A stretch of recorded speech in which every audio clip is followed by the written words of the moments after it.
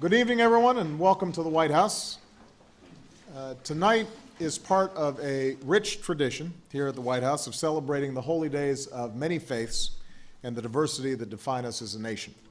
So these are quintessentially American celebrations.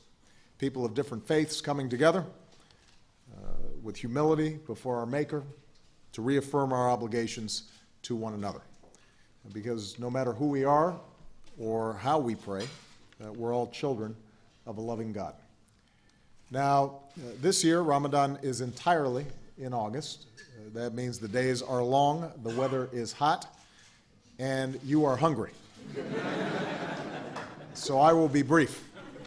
I want to welcome the members of the Diplomatic Corps who are here, the members of Congress, including two Muslim American members of Congress, Keith Ellison and Andre Carson, and leaders and officials from across my administration. Thank you all for being here. Please give them a big round of applause.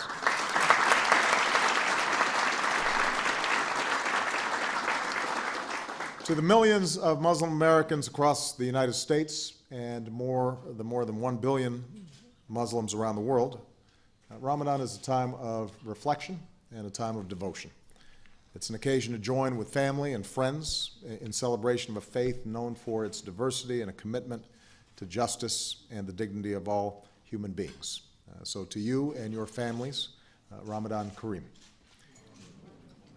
Now, this evening reminds us of both the timeless teachings of a great religion and the enduring strengths of a great nation. Like so many faiths, Islam has always been part of our American family, and Muslim Americans have long contributed to the strength and character of our country in all walks of life. This has been especially true over the past 10 years. In 1 month, we will mark the 10th anniversary of those awful attacks that brought so much pain to our hearts. It will be time to honor all those that we've lost, the families who carry on their legacy, the heroes who rushed to help that day, and all who've served to keep us safe during a difficult decade. And tonight it's worth remembering that these Americans were of many faiths and backgrounds, including proud and patriotic Muslim Americans. Muslim Americans were innocent passengers on those planes, including a young married couple looking forward to the birth of their first child. They were workers in the Twin Towers, Americans by birth and Americans by choice, immigrants who crossed the oceans to give their children a better life.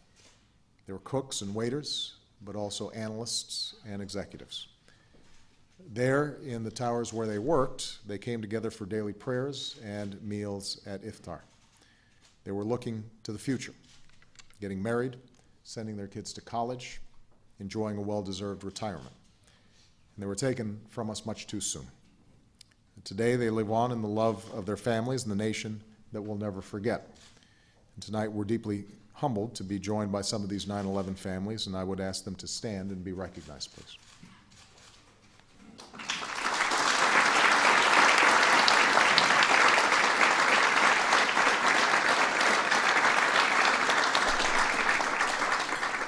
Muslim Americans were first responders. The former police cadet who raced to the scene to help and then was lost when the towers collapsed around him.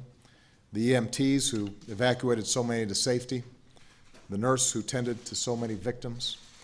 The naval officer at the Pentagon who rushed into the flames and pulled the injured to safety.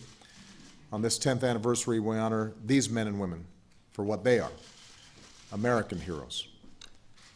Nor let us forget that every day for these past 10 years, Muslim Americans have helped to protect our communities as police and firefighters, including some who join us tonight.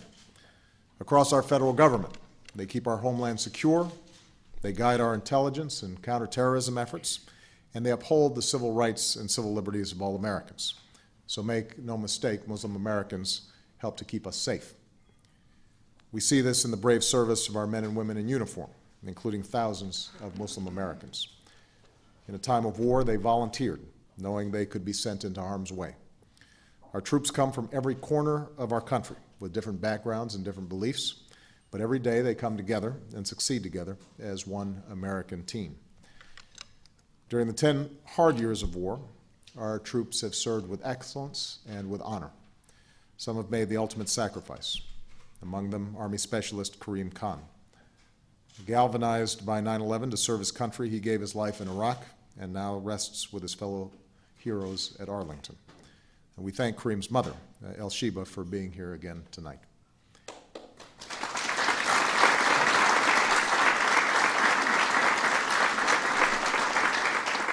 Like Kareem, this generation has earned its place in history, and I would ask all of our service members here tonight, members of the 9/11 generation, to stand and accept the thanks of our fellow Americans.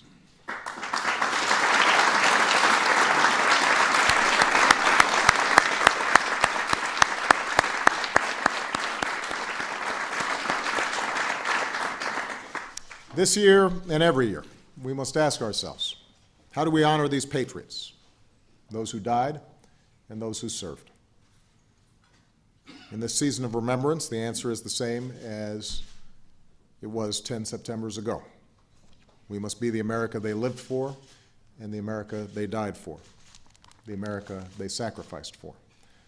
An America that doesn't simply tolerate people of different backgrounds and beliefs, but an America where we are enriched by our diversity. An America where we treat one another with respect and with dignity, remembering that here in the United States there is no them or us, it's just us. An America where our fundamental freedoms and inalienable rights are not simply preserved, but continually renewed and refreshed. Among them, the right of every person to worship as they choose. An America that stands up for dignity and the rights of people around the world, whether a young person demanding his or her freedom in the Middle East or North Africa, or a hungry child in the Horn of Africa, where we are working to save lives. Put simply, we must be the America that goes forward as one family, like generations before us, pulling together in times of trial, staying true to our core values, and emerging even stronger. This is who we are. This is who we must always be. Tonight, as we near a solemn anniversary, I cannot imagine a more fitting wish for our nation.